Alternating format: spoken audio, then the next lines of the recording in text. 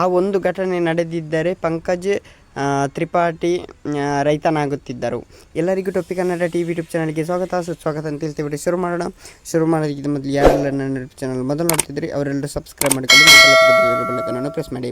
ಪಂಕಜ್ ತ್ರಿಪಾಠಿ ಅವರು ಬಾಲಿವುಡ್ನಲ್ಲಿ ದೊಡ್ಡ ಮಟ್ಟದ ಹೆಸರು ಮಾಡಿದ್ದಾರೆ. ಅವರು ಮಾಡುವ ಪಾತ್ರಗಳು ಎಲ್ಲರಿಗೂ ಇಷ್ಟ ಆಗುತ್ತವೆ ಎಂಬುದನ್ನು ಮತ್ತೆ ಹೇಳಬೇಕಾಗಿಲ್ಲ.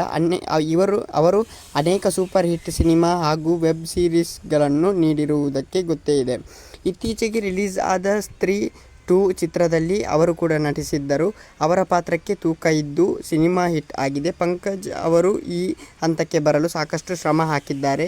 ಆ ಒಂದು ಘಟನೆ ನಡೆದಿದ್ದರೂ ಅವರು ರೈತನಾಗಿ ಇರುತ್ತಿದ್ದರು.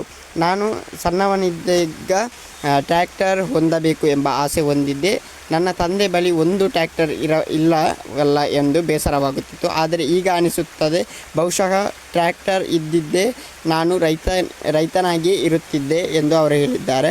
ಚೆನ್ನಾಗಿ ಓದಿ ಡಾಕ್ಟರ್ ಆದರೆ ಹಣ ಮಾಡಬಹುದು, ಅದರಿಂದ ಟ್ರ್ಯಾಕ್ಟರ್ ಖರೀದಿಸಬಹುದು ಎಂದುಕೊಂಡೆ. ನಾನು ಡಾಕ್ಟರ್ ಓದಲು ಪಾಟ್ನಾ ಹೋದೆ, ಆದರೆ ವೈದ್ಯನಾಗಿಲ್ಲ ಎಂದು ಅವರು ಹೇಳಿದರು. 2003ರಲ್ಲಿ ರಿಲೀಸ್ ಆದ ಕನ್ನಡ ಚಿಗುರಿದ ಕನಸು ಚಿತ್ರದಲ್ಲಿ ಅವರು ಸಣ್ಣ ಪಾತ್ರ ಮಾಡಿದ್ದರು. ಆ ಬಳಿಕ ರನ್, ಓಂಕಾರ್ ಮೊದಲಾದ ಸಿನಿಮಾಗಳಲ್ಲಿ ನಟಿಸಿದ್ದರು. ಓಕೆ ಗೈಸ್, ಮುಂದಿನ ವಿಡಿಯೋದಲ್ಲಿ ಸಿಗೋಣ. ಅಲ್ಲಿ ಲೈಕ್, ಶೇರ್, ಸಬ್ಸ್ಕ್ರೈಬ್ ಮಾಡಿ ಅಂತ ಹೇಳ್ತಾ ಲವ್ ಯು ಸೊ ಮಚ್.